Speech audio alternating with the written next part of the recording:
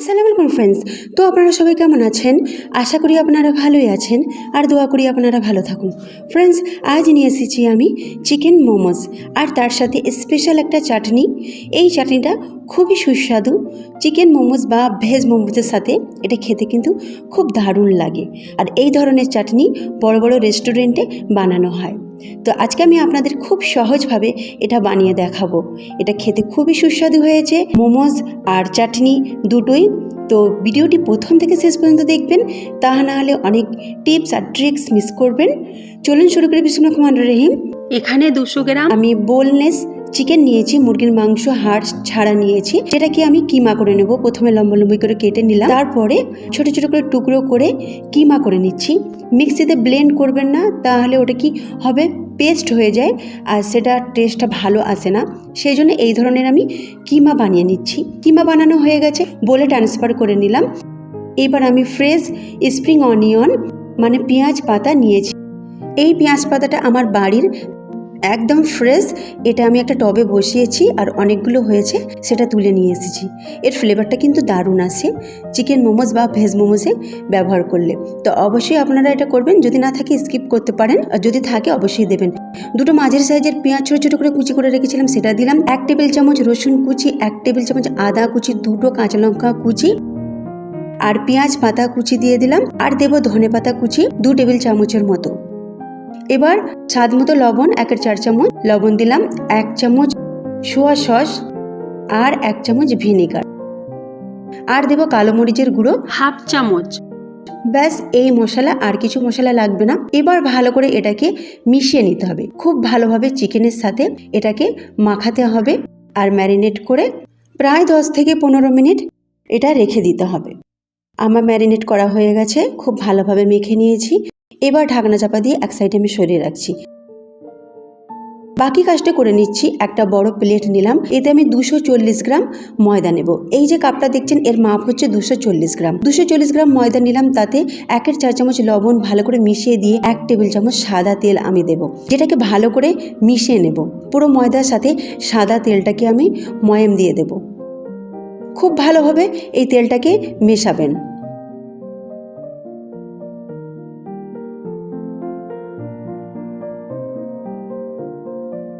ভালোভাবে মেশানো হয়ে গেছে। মুঠো করলে দেখবেন মুঠো হচ্ছে, অথচ একটু আঙুল ঠেকালেই ঝরে পড়ে যাচ্ছে। আমার মাখা হয়ে গেছে। এবার একটু একটু করে পানি নিয়ে আমি ডো বানাবো। মোমোজের ডো সবসময় মিডিয়াম হয়, না নরম না বেশি শক্ত। তো সেই হিসাবে পানিটাও আপনাদের একটু সাবধানে দিতে হবে। তো একটু একটু করে আমি পানি দিয়ে ডো বানিয়ে নেব। আমি যে কাপের মাপ করে ময়দা নিয়েছি, সেই কাপের 3 ভাগের 1 ভাগ আমি পানি এখানে ব্যবহার করেছি। মানে মোটামুটি 3 ভাগের 1 ভাগ পানি আমার লাগবে, সেটা আমি আগে থেকে বলে দিলাম। এইভাবে একটু একটু করে পানি নিয়ে আমি ডো বানাচ্ছি। ডো প্রায় বানানো হয়ে গেছে, দেখুন আমার ডো হয়ে গেছে। এবার হাতে একটু আমি তেল নেব, টিপে দেখছি বেশ ভালো মতোই নরম হয়েছে, অথচ খুব বেশি নরম হয়নি, যেরকম করলে প্রবলেম হয়ে যাবে। পানিটা নিয়েছি সেটাই আমি বলছি, এখানে 1/3 কাপ পানি লেগেছে, মানে 3 ভাগের 1 ভাগ পানি। হাতে তেল নিলাম, তেল নিয়ে একটু ভালো করে মথে নিতে হবে।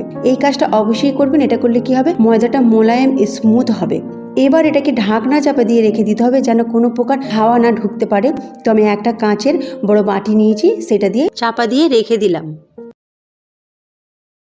এবার চাটনি প্রিপারেশন। চাটনির জন্য আমি 4টে নিয়েছি, আধখানা করে কেটে আমি উল্টে দিয়ে, আর 8 কোয়া রসুন আর 3টে শুকনো লঙ্কা, যেগুলো পুড়ে গেছে মোটামুটি মাঝারি আছে। এবার উল্টে দিয়ে রসুন আর শুকনো লঙ্কা টমেটোর উপরে দিয়ে দিচ্ছি, কারণ ওগুলোকে আর পোড়াবো না। টমেটোটাকে একটু নরম করার জন্য ঢাকনা চাপা দিয়ে 5 মিনিট কম আঁচে বসিয়ে রেখেছিলাম। এবার সবগুলো আমি একটা প্লেটে তুলে নিচ্ছি। টমেটোর খোসাটাকে কিন্তু আমি ব্যবহার করব না, এটাকে ছাড়িয়ে ফেলে দেব। টমেটোর খোসা ছাড়িয়ে নিচ্ছি। এবার ওটাকে ঠান্ডা হলে মিক্সিতে কিন্তু আমি ব্লেন্ড করে নেব। এদিকে একটা প্যান বসিয়েছি, তাতে 2 টেবিল চামচ সর্ষের তেল দিলাম। তেলটা গরম হতেই 1 টেবিল চামচ কাশ্মীরি লঙ্কা দিয়ে নাড়তে শুরু করে দিলাম। তারপরে ওই টমেটোর পেস্টটাকে দিয়ে দিলাম। এইভাবে নাড়তে নাড়তে আমি এবারে কিছু উপকরণ মেশাবো।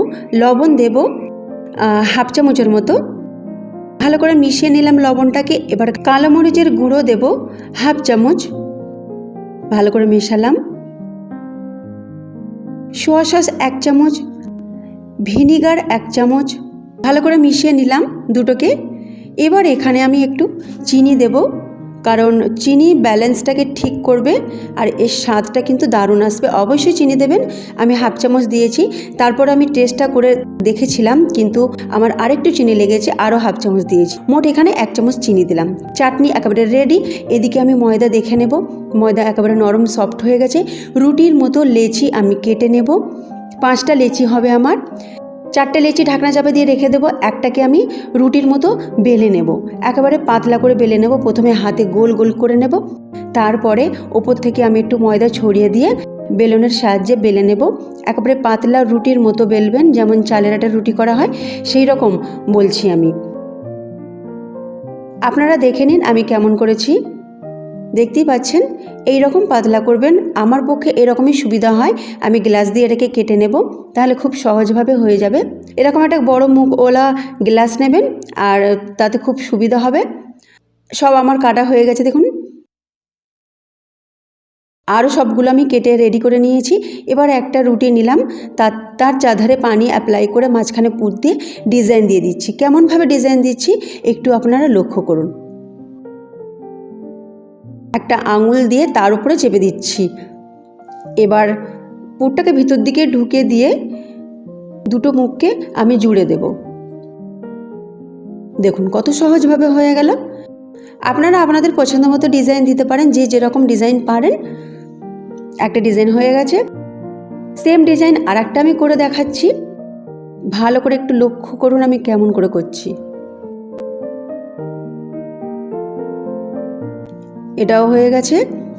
এবার আমি পুরটাকে ভালো করে ভিতর দিকে ঢুকিয়ে দিয়ে চাপ দিয়ে, আঙুলের চাপ দিয়ে ঢুকিয়ে দিলাম। তারপরে মুখটাকে মুড়ে নেব। দেখুন সবগুলো আমার হয়ে গেছে। একটা প্লেটে আমি নিয়ে নিয়েছি দেখুন। এবার এদিকে পানি ফোটাতে দিয়েছি, পানি ফুটে গেছে। একটা স্টিম করার পাত্রে নিয়েছি, তাতে তেল ব্রাশ করে নিয়েছি। অবশ্যই তেল ব্রাশ করবেন।